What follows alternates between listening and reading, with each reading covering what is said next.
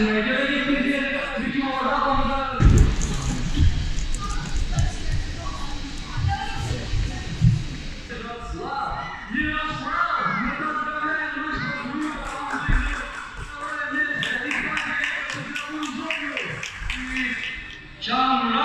Çamra, sunucu tebrik ediyoruz.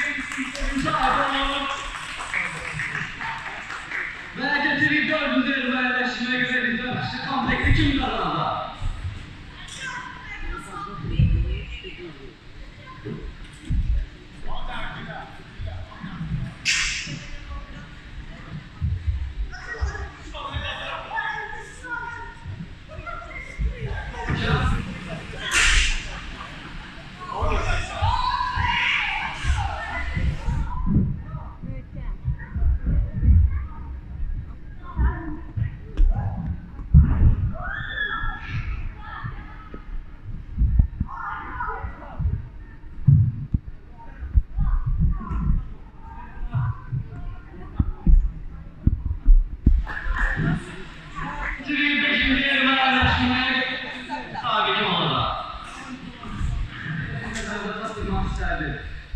Galip olmayan dostlarımızı ise üzülmesin biz.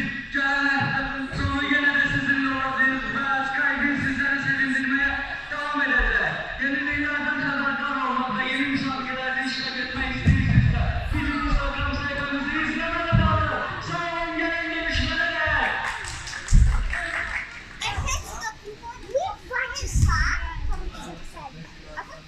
Vale. Bisa dapat istirahat.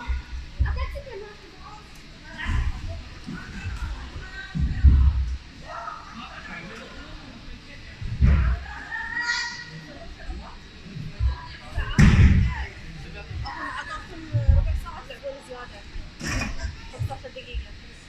ايه بقول لك